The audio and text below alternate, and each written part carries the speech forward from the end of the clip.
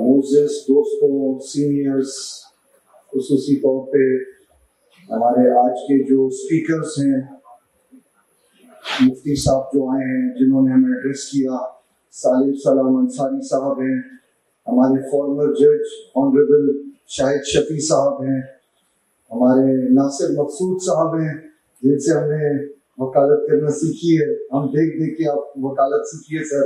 Justice retired honourable Fahim Siddiqui साहब और हमारे young and dynamic high court के जज जाफर रजा साहब जस्टिस, और खास तौर पे आज के रियल होस्ट हमारे मोहम्मद इसाक साहब, मैं आप सबको वेलकम करता हूं और अपना सलाम पेश करता हूं।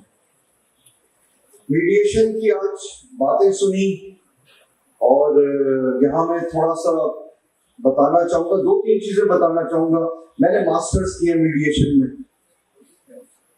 इंग्लैंड से, लेकिन जिस लॉ फर्म में गए वो लिटिगेशन लॉ फर्म थी, तो हम अपने सारे सबक भूल गए और लिटिगेशन में लग गए।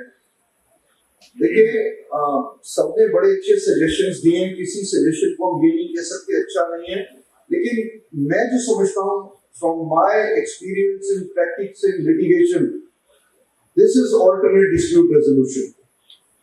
हम alternate पे उस वक्त जाते हैं जब मेन स्ट्रीम में आप अपने गोल अचीव नहीं कर पा रहे।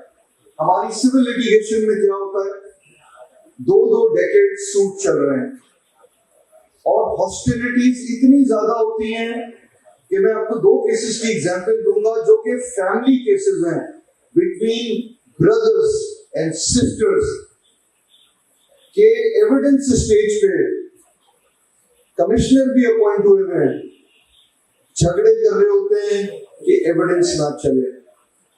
हाई कोर्ट एप्लीकेशंस अलाउ कर देती है, रिवीजन फाइल होता है, 6 डेटों पे जाके बोला जाता है सर हम आर्ग्यू कर लें, रिव्यू एप्लीकेशन है सिर्फ 6 डेटों के पास, उसमें जज के खिलाफ ट्रांसफर फाइल कर दी जाती है, क्योंकि एक पार्टी को पता है कि सिस्टम वीक है और कोई मुतबादिल रास्ता नहीं है।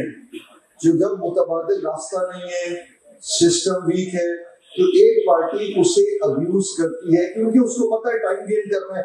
एक भाई डेथ बेड पे मरने वाला है, हमने एप्लीकेशन लगाई, पहले इसकी एविडेंस आप करा दीजिए, डेथ बेड पर है, रिव्यू फाइल ले लिए, उस ऑर्डर की रिव्यू 6 डेटों से नहीं चल रहा, और जब हम जबरदस्ती कोर्ट को कहते हैं सर हमारे आर्ग्यूमेंट सुन लें, 6 डेटों से नहीं चल रहा, तो जज के खिलाफ ट्रांसफर मूव कर दी। ये अलमिया है हमारे पास। मैं समझता हूँ मीडिएशन को इंस्टीट्यूशनलाइज होना चाहिए। मीडिएशन जरूर होनी चाहिए, लेकिन it should be made part of the litigation process. और वो प्रोसेस क्या हो कि पार्टीज अपनी प्लीडिंग्स फाइल करें, उसके बाद एक एक्सपर्ट मीडिएटर के पास भेजा जाए। अब मीडिएशन की भी टाइप्स होती हैं, एक फैसिलिटेटिव होती है जो कि आमतौर पे की जाती है, एक इवैल्यूएटिव होती है और एक फॉर्मेटिव होती है। These are the 3 basic types of mediation। लेकिन एक और टाइप भी होती है जिसमें कोर्ट मैंडेट देती है मीडिएटर को। मैं समझता हूँ जैसे फैमिली लॉ में है प्री ट्रायल स्टेज कि आप प्लीडिंग्स फाइल करें, उसके बाद आपकी मीडिएशन की जाए।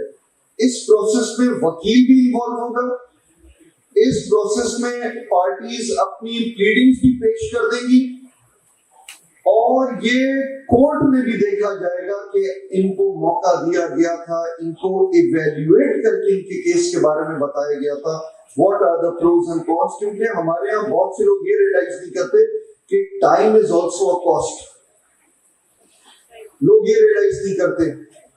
अभी रिसेंटली एक केस मेरे पास आया जिसमें हमारी पार्टी ने 3 साल पहले ऑफर दी थी अदर साइड को सेटल करने की।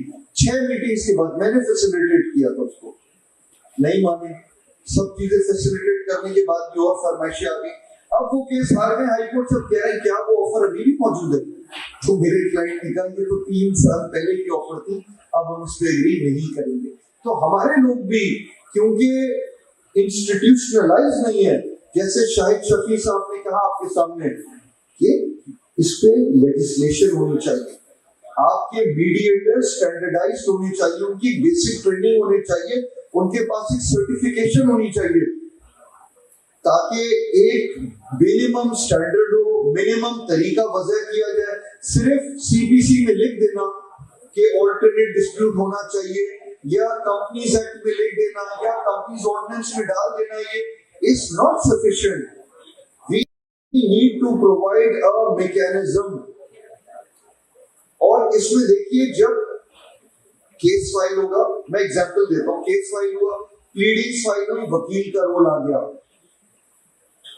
मीडिएशन में लोग 100% लॉ के ऊपर नहीं जाते हैं, वो ये भी देखते हैं कि टाइम इज टू मनी, हमारा कितना नुकसान हो रहा है ये अगर डिले हुआ कोर्ट में चलने से। और एक और चीज भी इसमें होनी चाहिए, जब उनको इवैल्यूएशन बता दी जाए उनकी प्रोसीडिंग्स की, और कल को जजमेंट उसी हिसाब से है, तो उनके ऊपर एक कॉस्ट भी इंपोज होनी चाहिए, मैं समझता हूँ।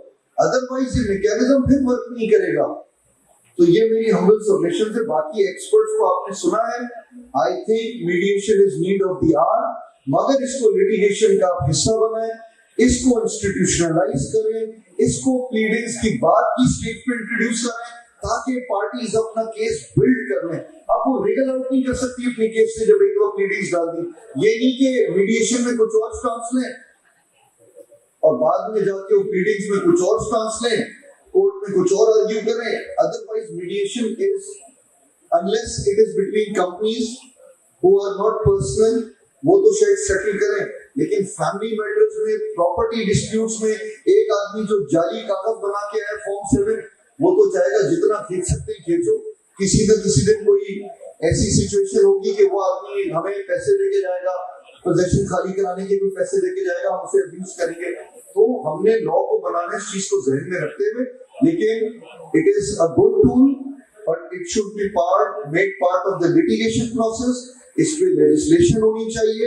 इस स्टेज को, जैसे एविडेंस की स्टेज है, उसी तरीके से इस स्टेज को इंट्रोड्यूस करना चाहिए। These are my two cents of submission.